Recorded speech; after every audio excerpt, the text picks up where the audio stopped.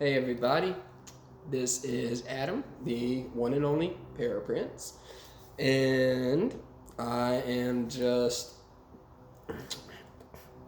I'm honestly just going to make this video for everybody to kind of give an update about what is happening with me and why I've been so quiet and unactive when it comes to doing videos.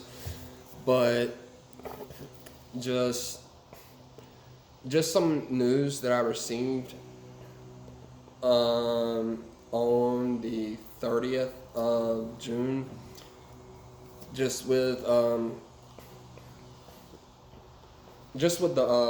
my doctor who is supposed to care and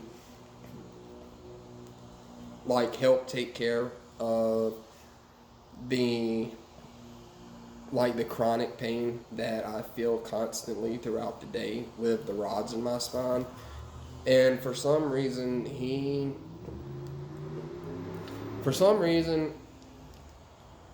wanted to, I guess, experiment with me, because I have actually spoke to two other people, and which very interesting is another person who is actually in a wheelchair just like myself, is a complete T7 or T8, T9, I believe.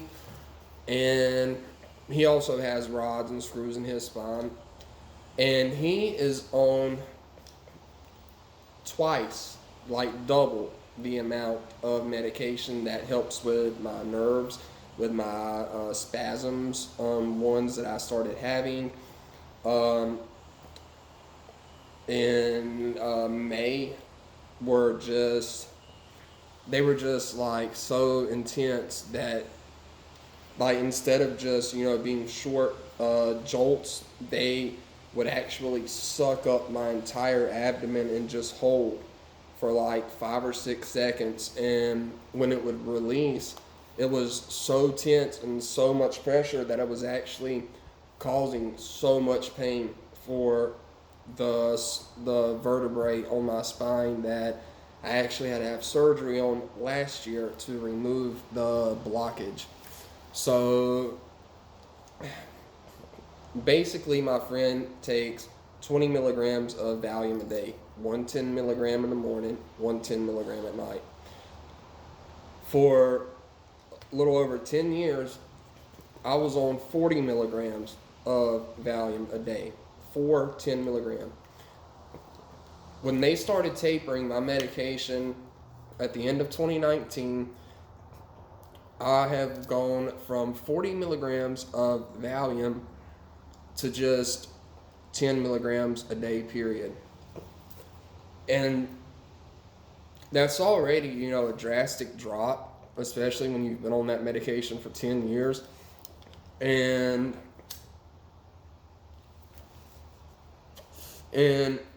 benzo withdrawals are a lot different than opiate withdrawals, because I'm also going through both types of withdrawals. But when it comes to me, my doctor, what he wanted to do was he decided that he wanted me to take a half of a 5 milligram tablet of Valium 3 times a day, 7.5 milligrams, from 40, which is what I used to be on, all the way down to 30, 25, 20, 15, and then 10. And then now he wanted me to do 3 half tablets throughout the day. So I tried that. And I did that for about 2 weeks. And the withdrawals that I was having were so bad that it almost brought me to tears. I can't sleep anymore. I literally have to lay in my bed at night. When I lay down around 10, 10:30, I will watch TV or have my TV on, and around 3:30 is when I normally like start to forget about what's going on and everything, and I seriously have to just lay there until my eyes shut by themselves and I fall asleep. And that happened like this morning. I ended up going to sleep around 5 or 5:30 a.m. and around 8 8:30 I had already woken up, and also being that it's Alaska,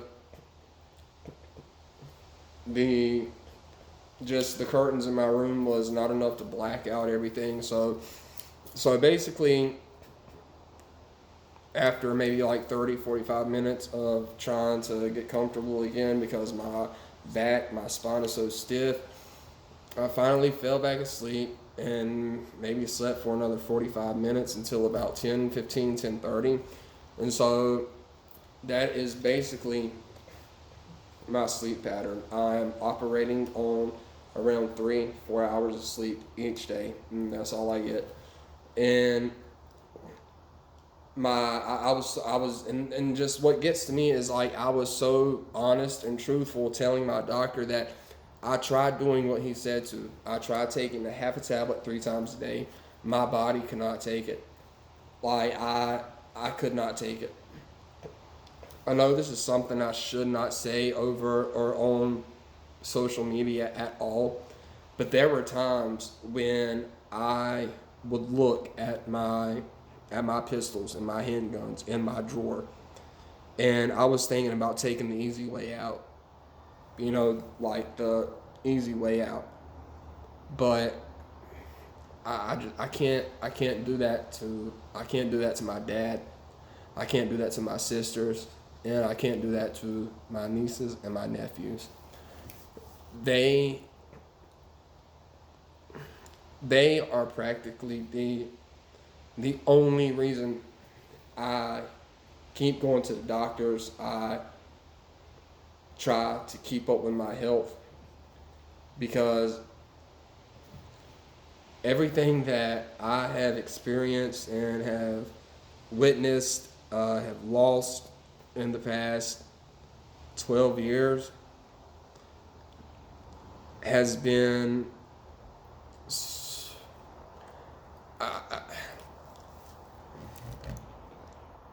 it's just something that I do not wish anybody to have to experience. Losing, first, just losing the ability to stand on your own 2 feet and call yourself a man and look into the mirror. I lost that in a split second. Less than a year later, the girl that I was dating at the time, she decided she did not want to date me anymore and broke things off less than a year. After that, I tried having my first relationship with somebody that I had known from school. So from across country, she came up here. That was the first time that I was ever physically abused, as well as mentally and emotionally. And during that time, I also lost my mom. I lost her 12 days after my 2-year mark. And if you're not familiar with that, after your accident, they say that if you are still going or you are still trying to, live a life or try to continue just picking up from where you left off, just regardless, basically 2 years after your accident into your new life, if you are trying to stay positive and doing anything, it, it just they see it as a sign that you are strong enough to make it in your new life. And I remember the day, my 2 year anniversary, I remember I called my mom and I had said, Mom, you can be proud of your baby boy because I'm doing it. I was in school at the time. I was 3 months away from getting my bachelor's in criminal justice. Like I was on the dean's list a couple times. I I thought I was happy. I was happy.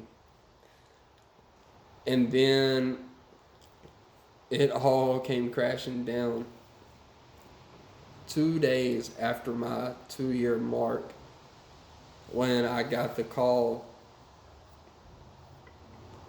with my mom being in a coma across the country. And I never even got to talk to her again. So just that alone is something that nobody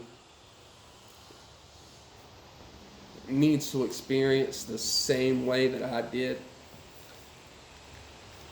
Then after that, I had problems with the school that I was attending because they actually wanted a letter from the doctor who was in charge of the ventilator my mom was hooked to.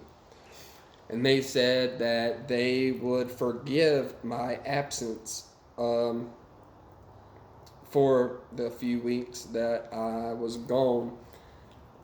And because I would not ask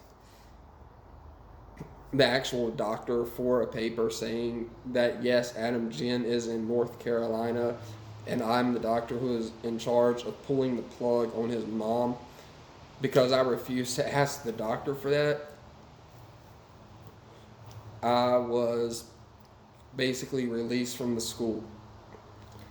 But I offered them receipts for my plane tickets, I offered them the obituary, and then I even offered them, a little pamphlet from my mom's actual funeral. But that wasn't good enough. So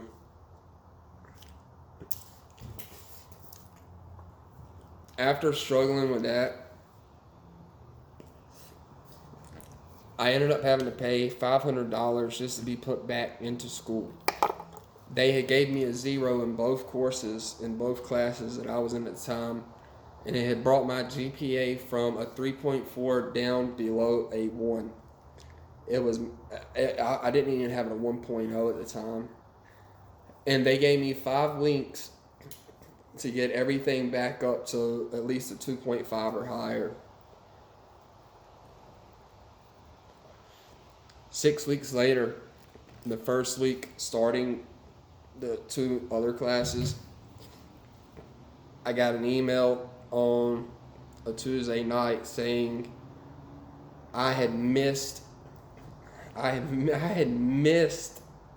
the mark by 0.2. I had went from less than a 1 all the way to a 2.3. But that wasn't enough. So they released me for good. And that destroyed me. When I was told that I would not be able to get my degree and that basically everything I had done was a waste. It really ripped just everything that helped with my self-esteem and confidence. It just destroyed that. And then moving on to after that, just the way the relationship ended. That left me in a mess. And then just over the years, my body has just gotten worse from the wear and tear, like on my shoulders. My bursa tissue on both of my shoulders completely gone. So anytime I lay on my shoulders and put pressure, my bones are directly touching each other, and it's just nothing but constant pain, just grinding feeling. And the only good news that I've got right now is that I'm actually going to North Carolina. I'm leaving on the 31st of this month and returning on August 23rd. And the whole reason I mentioned the issue with the doctor and my medication is because he decided to put me in a position to where I could be in like serious trouble trying to leave and go home and be absent for be absent from Alaska, just because the fact that I'm in the middle of trying to go to a new doctor who will actually care about my health.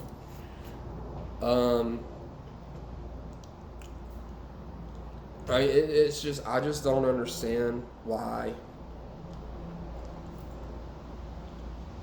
I just really don't understand why some doctors can really act like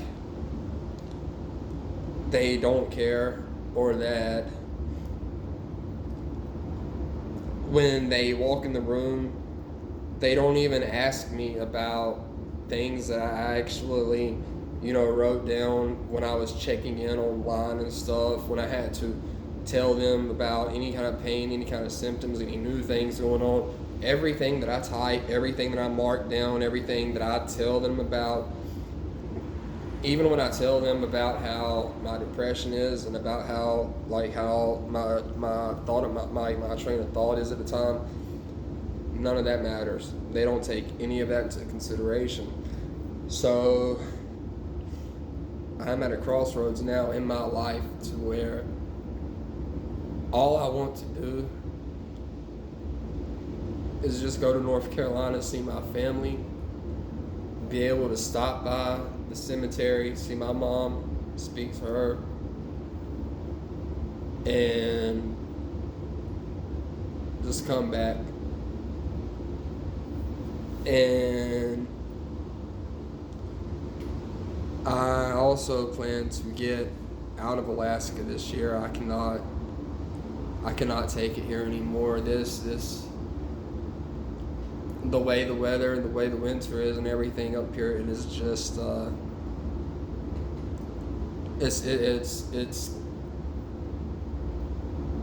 it's kind of like your own mental prison. That's the best way I can explain it. But yeah, I have already decided that regardless of what I will be going through physically, I am going to leave to go to North Carolina to see my family, because in my life, family is the only thing that I have. Family are my sisters, my nieces and nephews are the only ones who haven't went out of their way to avoid me. And just in a way, I'm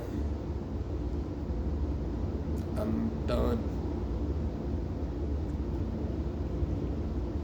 But to end this video on a good note, I just wanted to say I really do appreciate each and every one of you who do take the time to watch my videos.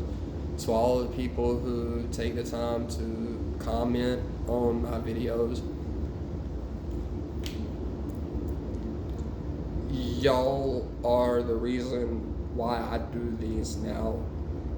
Y'all are the reasons why I share what I can't really talk about with anybody because I have no friends. And being that I'm about to be 36 and I'm sitting here saying that I don't even have friends that I can call to speak to, just saying that tears me up in a way that I don't know if people can really understand just exactly what that does mentally after almost 12 years. But I do have nothing but love for every single one of you who take your time to reach out, to just watch the videos. So again, thank you for watching. This is Adam, the Paraprince, and I have to get off now because I just had a notification saying the video was too long. But until next time, I love each and every one of you. You are all beautiful just the way you are. Don't ever let anyone tell you any different. So until next time, this is Adam, the Paraprince. Bye.